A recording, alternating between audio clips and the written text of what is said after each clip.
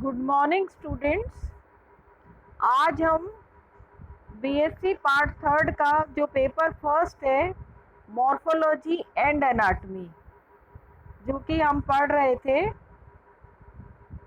उसका टॉपिक पढ़ेंगे modified roots and their structure. इसे हम कंटिन्यू करेंगे। पिछले वीडियो में मैंने आपको रूट्स जो कि फूड स्टोरेज के लिए जिनमें मॉडिफिकेशन पाया जाता है वो अपन ने पढ़ा था। आज उसी को आगे कंटिन्यू करेंगे।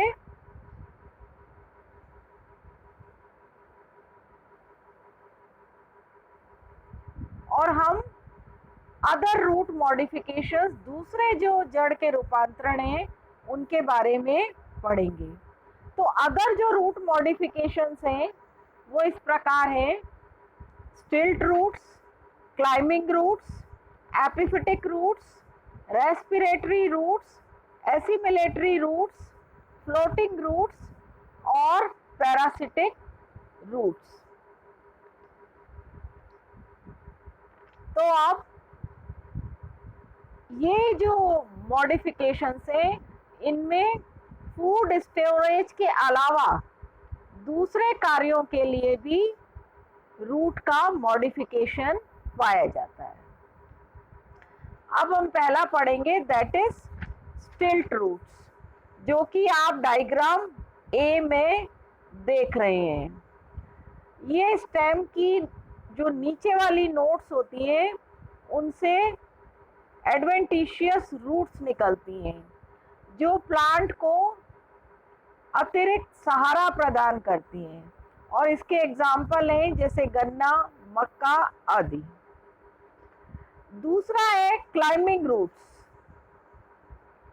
जैसा कि आप डायग्राम बी में देख रहे हैं। इन प्लांट्स का जो स्टेम होता है वो बहुत सॉफ्ट होता है, इसलिए ये प्लांट्स क्लाइंबिंग होते हैं।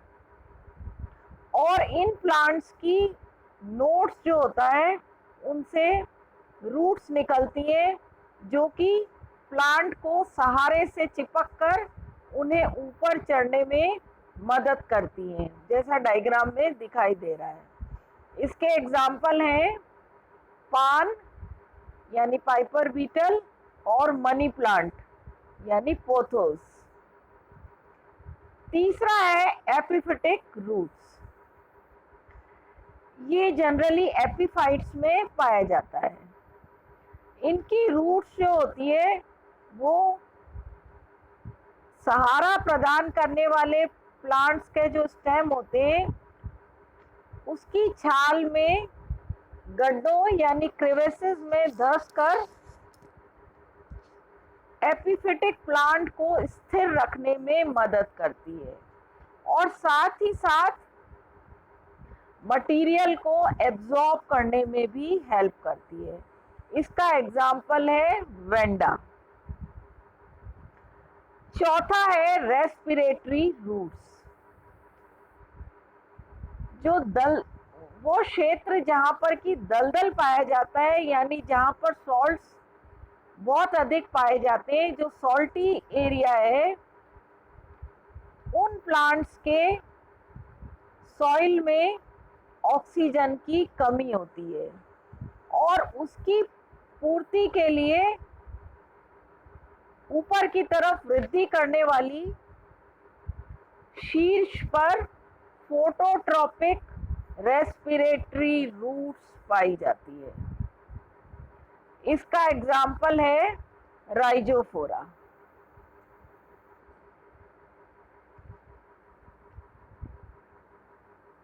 अब हम पढ़ेंगे फ्लोटिंग रूट्स, जैसा कि आप डायग्राम ए में देख रहे हैं। जो फ्लोटिंग प्लांट्स होते हैं यानी जो पानी में तैरते हैं, उन प्लांट्स में स्पंज के समान फूली हुई सॉफ्ट रूट मिलती है जो कि प्लांट्स को फ्लोट करने में सहायक होती है। इसका एग्जाम्पल है ज्यूसिया। नेक्स्ट है एसिमिलेटरी रूट्स, जैसा कि आप डायग्राम बी में देख रहे हैं। कुछ प्लांट्स की जो रूट्स होती है वो लाइट की प्रेजेंस में, सनलाइट की प्रेजेंस में क्लोरोफिल युक्त होती हैं, इसलिए ये रूट्स जो होती है फोटोसिंथेसिस का काम करती हैं। और क्योंकि ये CO2 का एसिमिलेशन करती है, इसीलिए इन्हें एसिमिलेटरी रूट्स कहते हैं। इसका एग्जाम्पल है सिंघाड़ा, टीनोस्पोरा आदि। नेक्स्ट है पैरासिटिक रूट्स, जो कि आप डायग्राम सी में देख रहे हैं। कुछ एंजियोस्पर्मिक पैरासिटिक प्लांट्स में एडवेंटिशियस रूट्स के समान स्ट्रक्चर्स बनते हैं या संरचनाएं बनती हैं, जो कि पैरासिटिक प्लांट्स के टिश्यूज में एंटर होकर जाइलम और फ्लोएम से संबंध स्थापित करती हैं तथा न्यूट्रिशन ग्रहण करती हैं। इसका एग्जाम्पल है कुस्कुटा।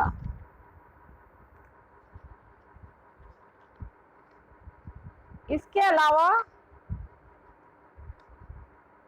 अब हम पढ़ेंगे modification in roots for reproduction. अभी तक हमने root modification for food storage और फॉर अदर फंक्शंस पढ़ा था। अब हम पढ़ेंगे modification in roots for reproduction. अनेक प्लांट्स में रूट्स पर बड्स बनती हैं और इन प्लांट्स का प्रोपोगेशन रूट कटिंग से किया जा सकता है। अनेक प्लांट्स में भूमि की सतह से रूट से एडवेंटिशियस बड्स बनती हैं, जो कि एरियल स्टेम बनाती हैं और जिन्हें सकर्स कहते हैं।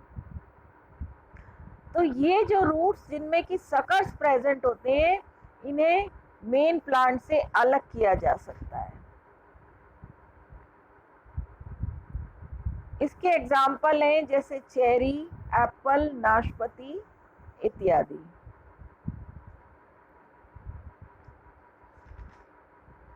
इसके अलावा जैसे डहलिया प्लांट में ट्यूबरस रूट्स के प्रॉक्सिमल एंड से बड्स का प्रोपोगेशन होता है। जनरली इन प्लांट्स में फ्लावरिंग के टाइम जो ट्यूबरस रूट होती है वो गुच्छे में बनती है और इन्हें अलग निकालकर रेत पर या सॉइल पर रखा जाता है और बाद में इन्हें ग्रो किया जाता है।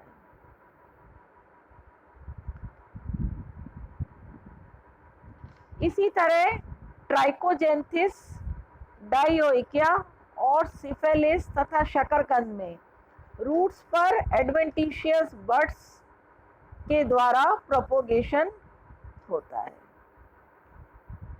तो आज हमने कंप्लीट कर लिया modified roots and their structure.